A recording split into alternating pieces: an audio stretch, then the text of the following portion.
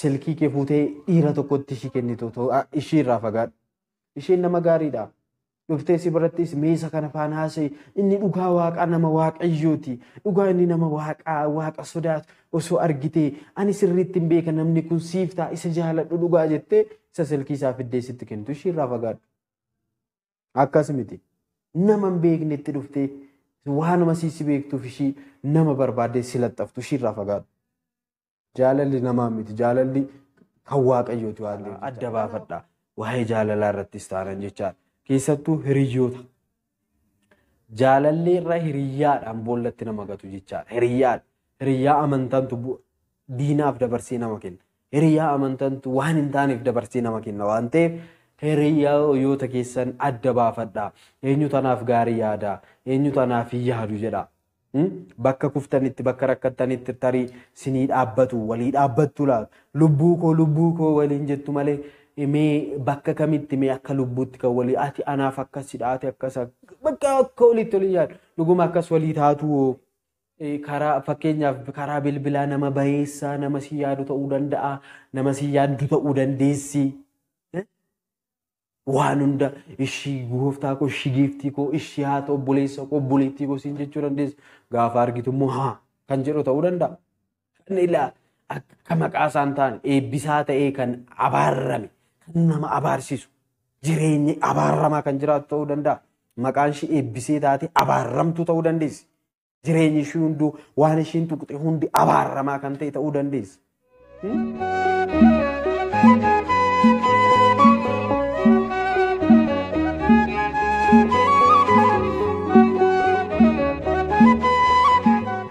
Maqaa Abbaa kan Ilmaa kan Hafuura Qulqulluu Waaqayyo tokkoon ameen. Akkam nagaa jirtu maatii Kiristoos hundumti keessan ijoolleen harkeenya qulqulleettii dubroo Maariyaam lafa jirtan maraatti nageenya Waaqayyo isiniif haa baay'atu. Kun sanbee tuubiidha. Sanbeen tuubii sagantaalee faarfannaa garaagaraa barnoota garaagaraa isinii qopheessanii beektu. Egaa namoonni yeroo jalqabaaf dhuftan sabiskiraayibii godhaa. Akkasumas barnoota jalqaba dhaggeeffattan kana guutuusaa kan argattan yuutuubii haarawaa ani irratti tajaajilaa jiru sagalee waaqayyootu kan jedhudha. Asirratti gonkumaan argatta. Sanbee tuubii irratti faarfannaa qofa argattu malee barnoota miti jechaadha. Kanaaf liinkii isaa koomentii jalqabaa fi diskiripshin booksii keessa isiniif kaa'eera. Koorsiin yookaan leenjiin kutaa lammaffaan gadhiifameera keessattuu biyyoottan alaa keessa warroota turtan obboloota keenya biyyoota arabaa garaagaraa jirtaniif immoo sirriitti barbaachisa namoonni irraa barachaa jiru warri hin agarre fiigaa dhaqa. Liinkii koomentii jalqabaa akkuma koomentii barreessuuf seentanii koomentii jalqabaa irratti liinkii isaa isinii kaa'eera.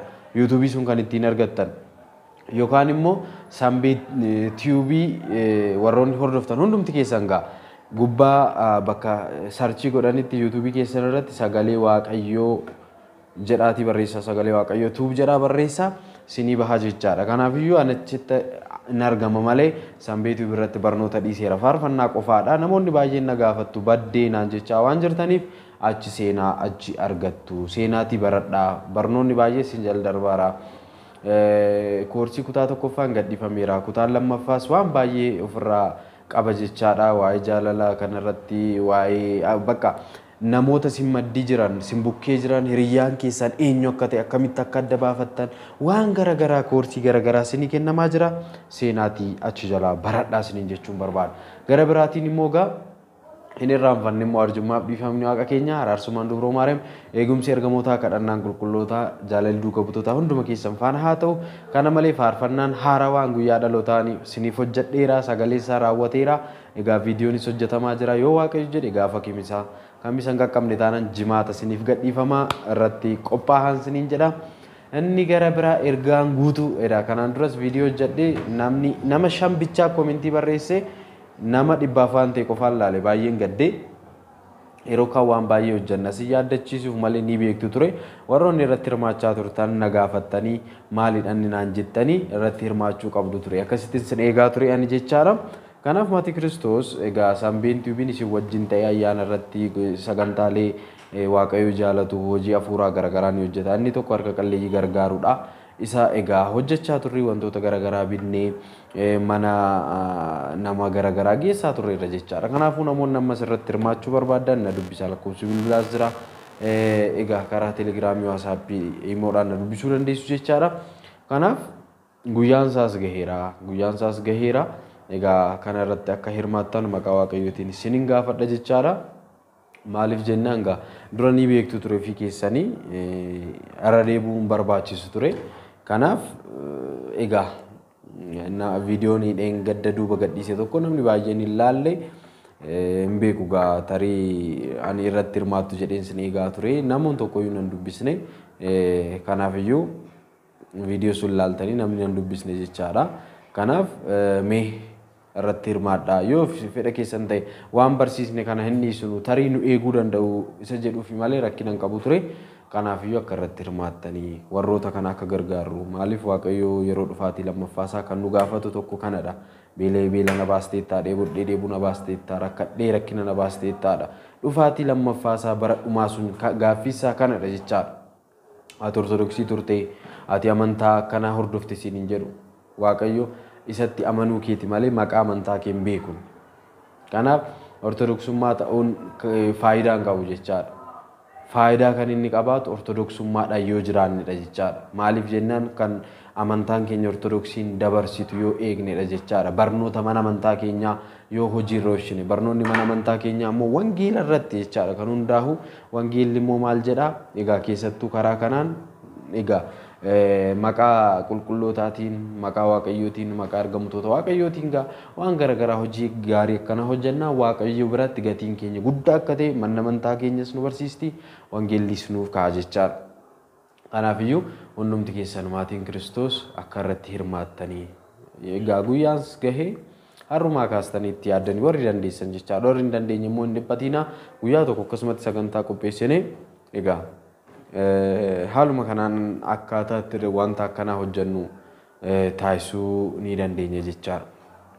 Egaa inni gara biraa immoo egaa nan baay'isee ammasii ciqiin baay'isee ammas na haasofsiisaan jirtanii waa'ee sanbee tuubii carraa sanbee tuubii jechaadha.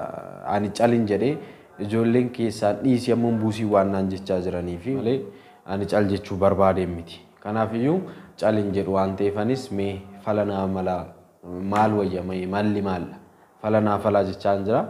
Egaa ta'uu baannaan nan buusa. Egaa ayyaanni kun osoo hin gahin iyyuu buusuu nan danda'a. Garuu baay'ee tokko nama ajaa'ibaa egaa xaawulaallee ta'uun as fakkaachuu achi fakkaachuu ta'uun hin barbaachisu jechaadha. Wanta lapheen keessan itti namanne tokko irratti isin hirmaatinaa gara fuulduraatiif jechaadha. Kun ammanuma waan lubbootoo ta'e sammanuma lubbuu keessan dhabdaniitu jechaadha. Sababii isaa wantoota hin taasisne wantoota hin xumurre tokko hin eegaliina. Dhugaan isiniin jedha kana dhiisaa waa'ee koo dhiisaa bara jireenya keessan keessatti waan hin xumurre tokko hin jalqabiina. Waan hin raawwanne tokko hin dubbatina. Waan galmaan hin geenye tokko waadaa hin galiina. Dhugaan isiniin jedhaan. Bakka homaa faayidaan qabu. Bu'aan isaa maallaan ija namaatti bakka afaan namaa keessatti haftu jechaadha. Gaarummaadhaan osoo hin taane waan hin taaneen amala hin taaneen gara laphee namaa keessatti haftu jechaadha. Ebeelu sobduudha isheen sobduudha isheen akkasidha isheen nama akkasiitii sin jechisiisa malee gonkumaa kun waan hin taane keessa sin hin galchu jechaadha. Waan guddaa tokko sin jechisiisu jechaadha. Bakka garagaraatti jechaadha. Maaliif hin dandeessan taanaan hin dandeessanidha. Namni sin dirqisiisee hin jiru dirqamas miti waan ta'eef bakka waan tokko gonkumaa waan hin xumurre tokko waan fedha keessan hin taane tokko nama laaltanii ani eenyu gadi jettanii gonkumaa waan ta'e ittiin seenna. Anas siniin jedhe nama laaltanii hin seenna. Keessi keessan itti namanne taanaan nama laaltanii hin deemina. Karaa irratti haftu jechaadha. Dhugaan siniin jedhe. Akka abaluun sirbaan morma nama jallisaadha miti yeroo moonu. Kanaafiyyuu ebeeluu akkasidha. Ebeelli waan hirmaateef anis na hirmaadha. Eenyu gadiidha jettanii hirmaachuu dandeessu ta'a. Garuu kutannoo fi ejjennoo mataa keessanii qabaachuu qabdu. Kutannoo nama ejjennoo ta'uu qabdu jechaadha. Ofii keessaniif ejjennoo qabaachuu qabdu, murannoo qabaachuu qabdu. Bakka na hirmaadha nan taasisa jira.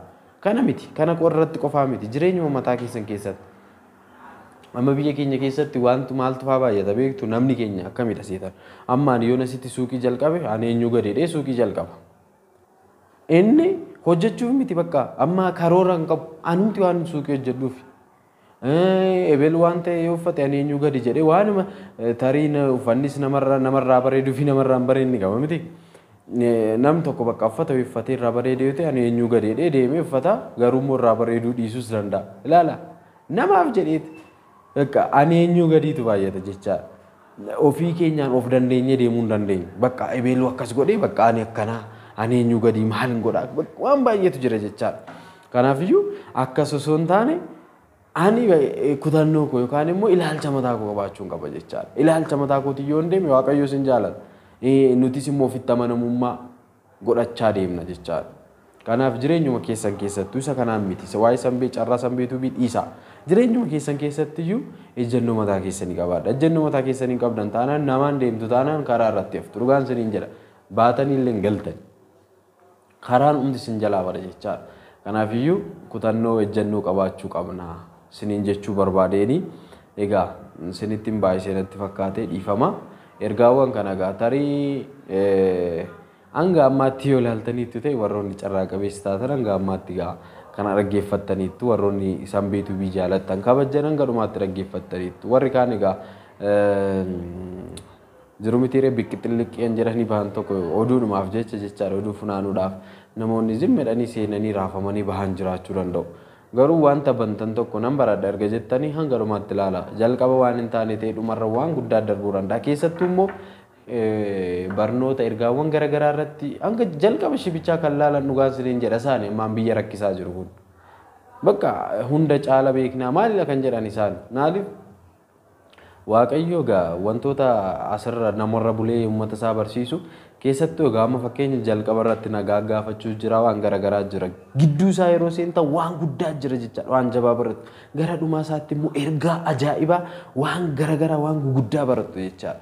Barnoota tokko bantan taanaan hin dhiisinaa addaan kuttanii yookaan eegguun fixuu yoo baattallee daawunlood godhattanii bakka sa'aatii daqiiqaatti dhaabdasuun qabattanii achirraa kaatanii itti fixuu qabdu malee waan baay'een kan jiru egaa daqiiqaa 10 olitti jechaadha. Hanga daqiiqaa 10tti seensa ta'uu danda'a. Kanaafiyyuu sirriitti baradhaa sirriitti jijjiiramuuf jechaadha. Akkasitti baradhaa isiniin jechuun barbaada. Egaa ergaan koo kana ture. Galatoomaa ulfaadhaa kabajamaa waan dhaggeeffattaniif jechaadha.